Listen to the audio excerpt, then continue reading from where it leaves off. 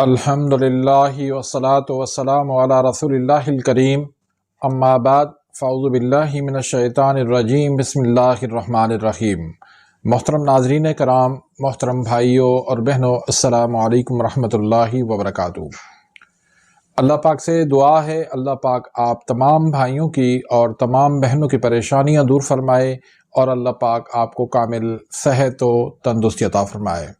ناظرین، آج کی اس ویڈیو کے اندر ہم بات کریں گے اولیگو اسپرمیا، یہ کیا ہوتا ہے، پھر اس کی علامات پہ ہم بات کریں گے اور اس کی وجوہات اور اسباب پر بات کریں گے، پھر غذا سے علاج میں آپ کو بتاؤں گا، قدرتی غذا سے علاج میں آپ کو بتاؤں گا، طب نبوی سے علاج میں بتاؤں گا، ہومیوپیتھی سے علاج میں آپ کو بتاؤں گا، ایلوپیتھی سے علاج میں آپ کو بتاؤں گا، اور قانون مفرد اعضاء سے علاج میں آپ کو بتاؤں گا، اور ایک آسان سا نسخہ بھی آپ کو دوں گا جس سے آپ کا یہ مسئلہ حل ہو جاتا ہے۔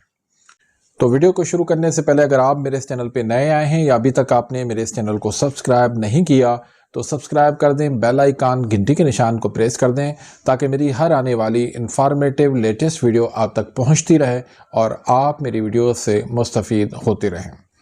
تو ناظرین، اولیگو اسپرمیا ایک ایسا مسئلہ ہے جس میں اسپرم جو ہے وہ کم ہو جاتے ہیں۔ نارمل اسپرم تقریباً 15 ملین ہوتے ہیں، اگر اس سے کم ہو جائیں تو اس کو ہم کہتے ہیں اولیگو اسپرمیا۔ اب اس کی علامات کیا ہیں؟ نمبر 1 ہے جنسی کمزوری یا خواہش میں کمی، دوسرے نمبر پر انزال میں کمی، تیسرے نمبر پر جنسی تعلق کے بعد تھکان یا بے سکونی، چوتھے نمبر پر ہارمونز انبیلنس ہو جاتے ہیں، سے بال گرنا اور چھاتی کا بڑھ جانا۔ اس کی وجوہات کیا ہیں، اس کے اسباب کیا ہیں، اس کے کاز کیا ہیں؟ تو کازز کے اندر ویریکوسل ایک بیماری ہوتی ہے، اس کا ہونا، دوسرے نمبر پر ہارمونز اور خاص طور پر ٹیسٹوسٹیرون کا لیول کم ہو جاتا ہے، تیسرے نمبر پر کوئی بھی نشہ کرتا ہے، منشیات، سگریٹ نوشی، الکوہل کا استعمال، شراب نوشی، تو اس وجہ سے بھی یہ مسئلہ ہو جاتا ہے۔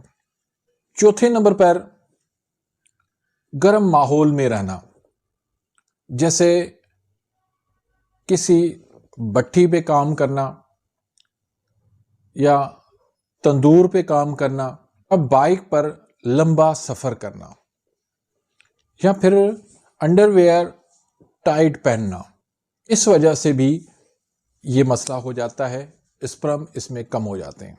پانچویں نمبر پر کسی قسم کا کوئی بھی انفیکشن ہو جاتا ہے، خاص طور پر پیشاب کی نالی میں انفیکشن ہونا یا خصیوں میں انفیکشن ہونا۔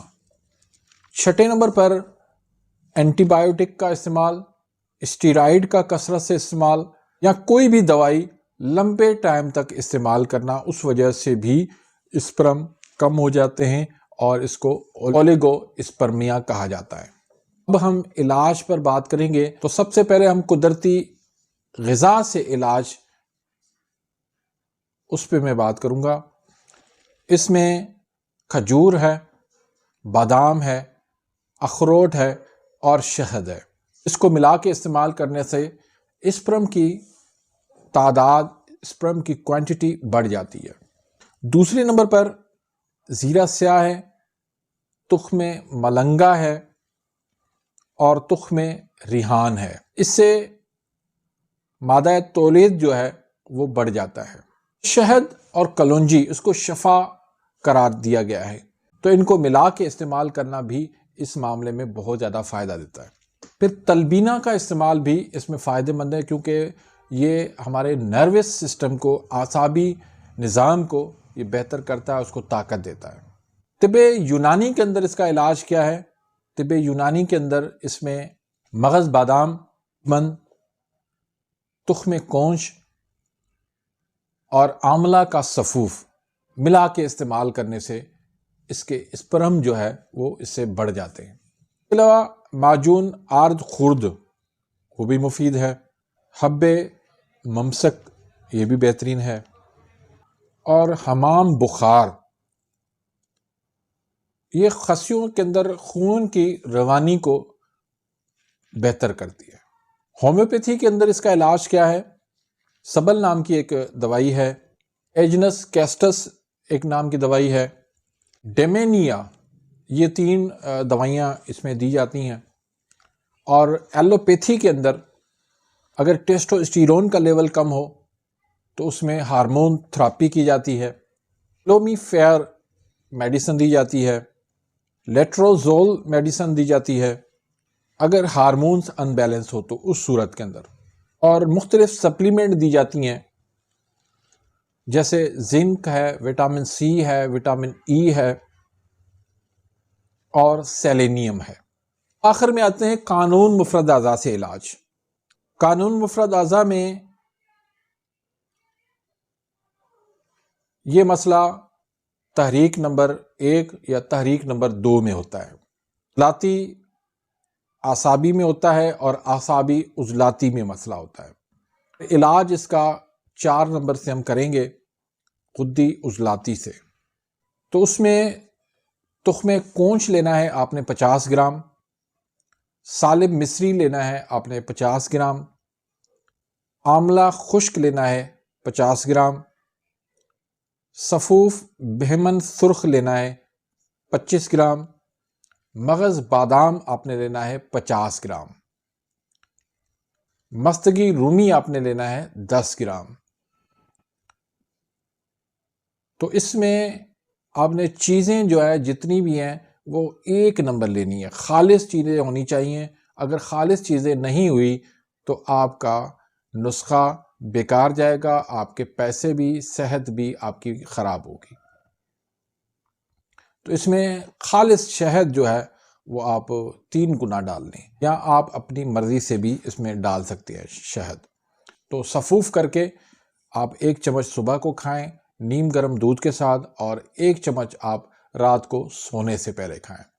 صبح والا جو ہے وہ آپ ناشتے سے پہلے کھائیں، آدھا گھنٹہ پہلے کھائیں۔ اس کو آپ 2 مہینے استعمال کروا کے آپ ٹیسٹ کروا لیں، انشاءاللہ اللہ کے فضل و کرم سے آپ کے اسپرم جو ہے وہ پورے ہو جائیں گے، آپ کی اس بیماری سے جان چھوٹ جائے گی۔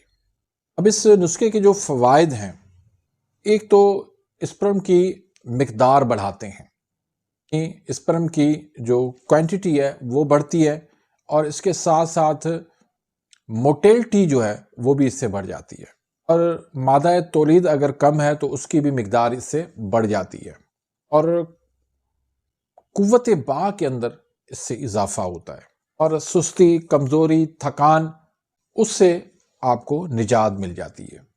باقی اس میں جو پرہیز ہے اس میں بعدی جتنی بھی چیزیں ہیں، تیز مسالے جات ہیں، آلو، مٹر، گوبھی، بینگن اور ٹھنڈی چیزیں، ان چیزوں سے آپ کو پرہیز کرنا ہوگا۔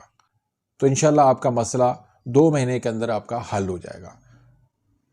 تو انشاءاللہ اس سے اللہ پاک آپ کو اولاد سے بھی نوازے گا۔ تو امید کرتا ہوں کہ آج کی اس ویڈیو سے آپ مستفید ہوئے ہوں گے۔ اگر ویڈیو آپ کو پسند آئی ہے تو اس کو لائک کریں، آگے اپنے دوستوں کے ساتھ، رشتہ داروں کے ساتھ اس کو زیادہ سے زیادہ شیئر کریں، اور اگر آپ سے دوائی نہیں بنتی آپ مجھ سے بھی دوائی منگوا سکتے ہیں۔ اپنی دعاؤں میں یاد رکھیے گا، ملتے ہیں انشاءاللہ نیکسٹ ویڈیو میں، تب تک کے لیے اجازت، اللہ حافظ۔